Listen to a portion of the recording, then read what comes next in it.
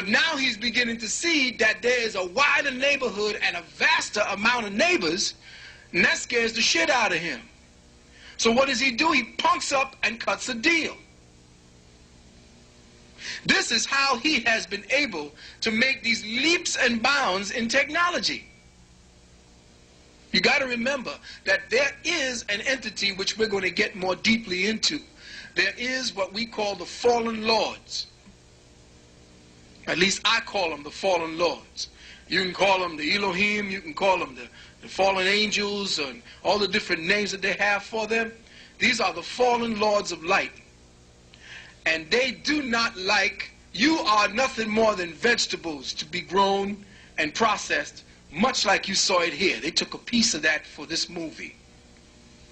But it's much deeper than that. It's much more significant than this movie.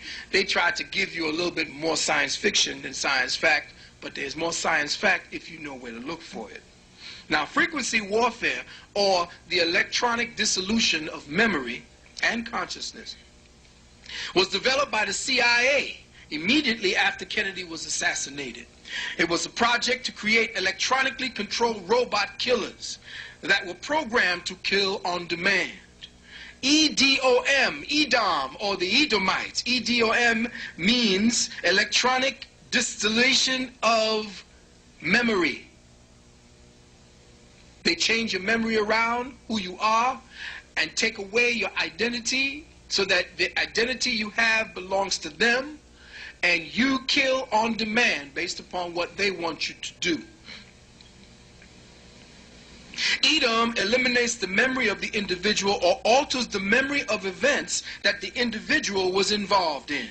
By electronically jamming the brain, the existing acetylcholine, and that's the part of the brain, that's the part of the essence that the brain secretes for your memory, the existing acetylcholine creates static which blocks both sight and sound. This method can be used to either block or erase the memory, or to slow it down so that events seem to happen after they actually occurred. So you have a delay of focusing in, and the chemistry that puts the picture of the experience into your memory bank is delayed. So in other words, you take a picture, they have made the solution, the picture is your experience. They've made a solution, or they've done something so that the solution that keeps that develops the negative, so to speak, they've delayed it so that the negative now takes so long to become part of your memory that you recognize that it ain't be like a month or a year from now that you think it just happened yesterday. So they have the ability to slow down the ability for you to even make a memory or even recall a memory. This is how deep they've gotten. Excuse me? Well, yeah, it's more of a kind of a condensed form of time manipulation, because it's not really time manipulation, it's time manipulation perception. Little difference, yeah. Now, biological radio effects, this is again part of the technological, which is going to lead you into the biospiritual form of mind control. The use of very low frequency and ultrasonic affecting both electrical behavior within the brain and actual brain tissue. They have technological devices that they now have circling the planet that can affect the electrical pulses in your brain as well as the tissue of the brain in such a way to force behavioral modification and changes. There is the capability now to bounce pulses of 7 to 12 hertz off the 8 hertz ionosphere.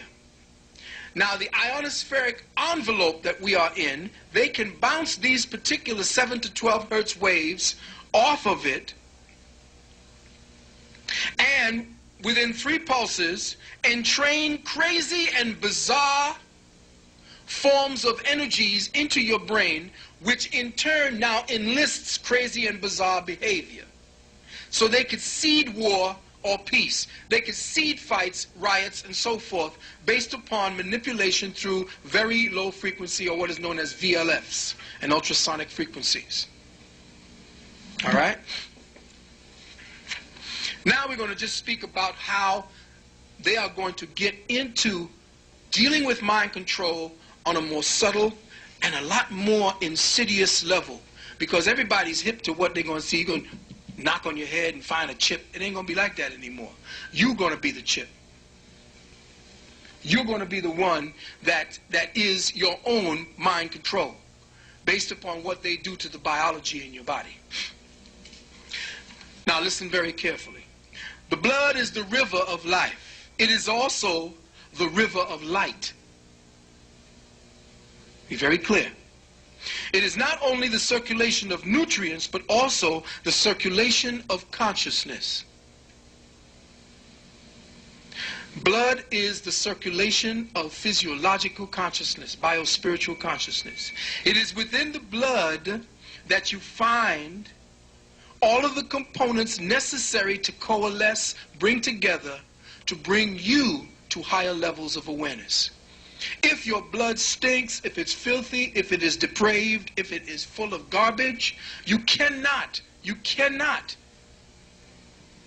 enlist, or you cannot filter higher light waves through such a bloodstream and then have it convert to intelligence. It is impossible. If the blood is polluted, there is no way for you to convert higher fields of light codes into higher fields of light intelligence. It isn't going to work. Spirit feels its essence in matter. Spirit has no feelings. There is no feelings. Feelings puts matter in touch with spirit. So spirit needs matter to know what spirit is, to know what it is. So there ain't nobody floating around there and knowing everything, and I know what you feel like, trying to call on some ghost or some entity that never took on a physical form. Forget it. They don't give a shit about you. There is no empathy. They need to have physiological experience in order for them to set up an empathic bridge between the physical and the spiritual, so that you can now, that's where your ancestors come in. That empathic bridge is based upon them having been in corporeal life.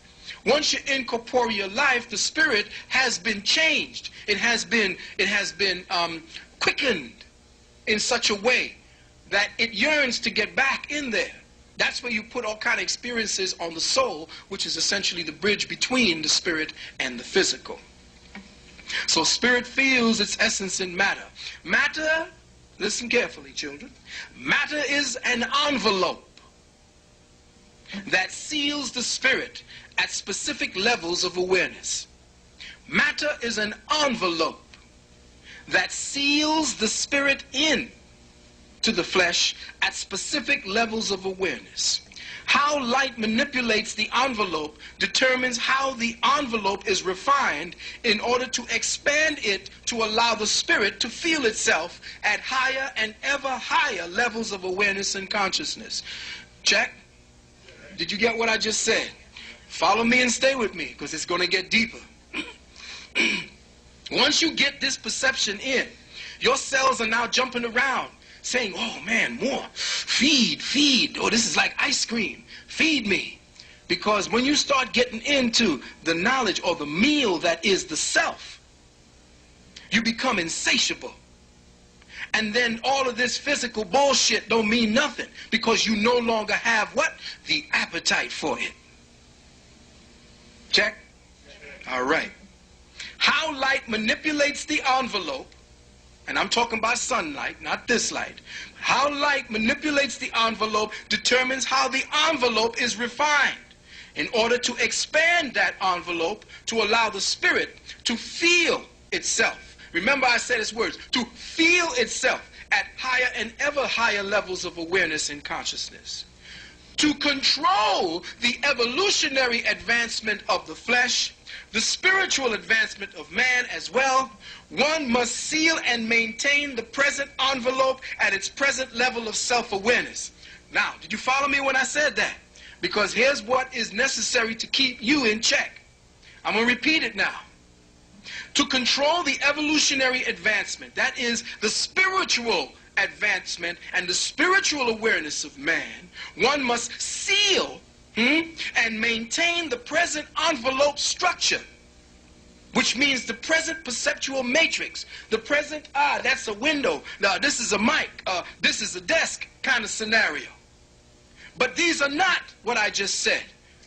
These are agreements based upon our agreement to perceive them as such. Remember I said that matter is a biphenomenal effect. And the only way matter becomes hard is through the agency of man's focus.